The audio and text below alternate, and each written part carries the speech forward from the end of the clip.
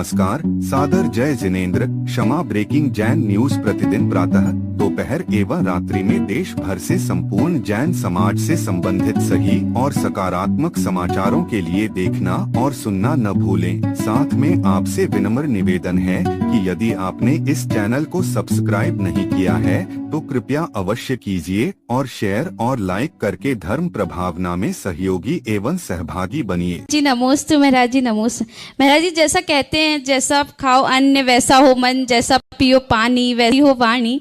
तो महाराज जी, आपके सत्संग का जो प्रभाव पड़ा है उसे हम आपके बिना भी अपने जीवन में कैसे मजबूती से बनाए रखें। और महाराज जी, आज जैसे मुझसे गलती हो गई, मैंने लौकी को आलू कह दिया, तो महाराज जी इसकी वजह से जो मुझे दुख हुआ, तकलीफ हुई, इसके लिए मैं अपनी आदत को कैसे सुधारूं और महाराज इस चीज को कैसे, मतलब आप समझ जाओ। देखो, पहली बात जो तुमने कही कि सत्संग का असर आपके समागम के बाद भी कैसे बना रहे। अपना स्वभाव रुई जैसा बना लो। रुई में पानी डालो ना, तो रुई अपने रग रग में पानी को संभाल लेती। जब तक निचोड़ो नहीं, पानी नहीं छोड़ती। मिट्टी में पानी दो, थोड़ी देर गीली रहेगी, बाद में सूख जाए। और पत्थर पर पानी पड़ता है तो वो ऊपर से भीगता है, भीतर से नहीं भीगता। जो हमने सुना है, समझा है, ग्रहण किया, उसे अपने जीवन की निधि बना ले, अंदर पी ले। और अगर हम अपनी श्रद्धा से गुरु को अपने हृदय में बिठा देते हैं तो वही हमारे समस्त वृत्तियों और प्रवृत्तियों के संप्रेरक बन जाते हैं। फिर ऐसा व्यक्ति दूर रहने पर भी अपने जीवन में वह सब कुछ घटित कर लेता है जो दूसरा व्यक्ति सामने रहने पर भी ना कर पाए। तो वो दृष्टिकोण अपना रखना चाहिए। दूसरा सवाल, जैसा हम लोग करते हैं आदत बन जाती है। अब आलू ज़्यादा खाती होगी, मेरा जी त्याग कर दिया, इसलिए तुम दे तो रही थी लौकी, दिख भी रहा था मुझे लौकी, और कह दिया इसमें आलू, हमें हटा दो अब। तो वो तो हमारे लेने के अयोग्य हो गया। तो आदत है।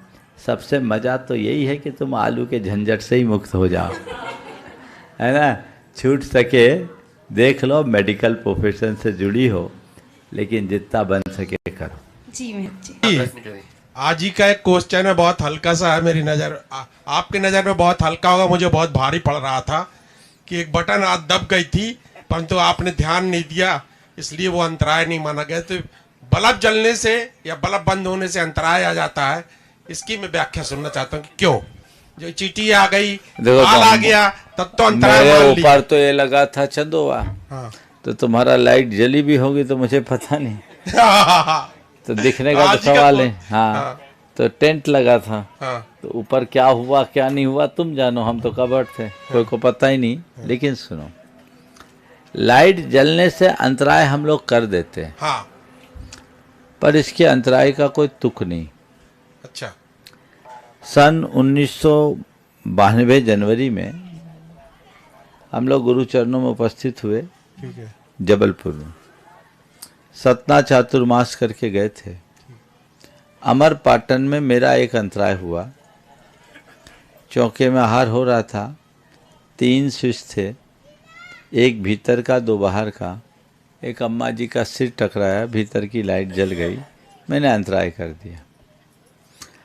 हम लोगों की चर्चा हुई गुरुदेव के सामने कि अगर तुरंत लाइट जली है, वहाँ नेचुरल लाइट पर्याप्त है, हम लोग अंतराय करते हैं, क्या करना चाहिए। गुरुदेव ने कहा कि देखो, अगर श्रावक विवेकी हो और चुपचाप अपना काम कर ले तो नज़रअंदाज किया जा सकता है, और हल्ला हंगामा कर दो बंद करो, घबरा जाओ। उन्होंने एक बात और अच्छी कही थी कि अंतराय न करके दिन भर विकल्प में पड़ने से अच्छा अंतराय करके निर्विकल्प रहना। तो अब श्रावकों को अपना विवेक रखना चाहिए।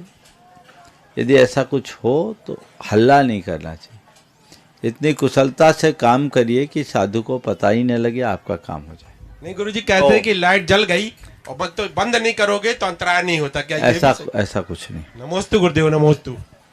क्षमा breaking Jain news YouTube channel पर विज्ञापन देकर धर्म प्रभावना में बने सहभागी।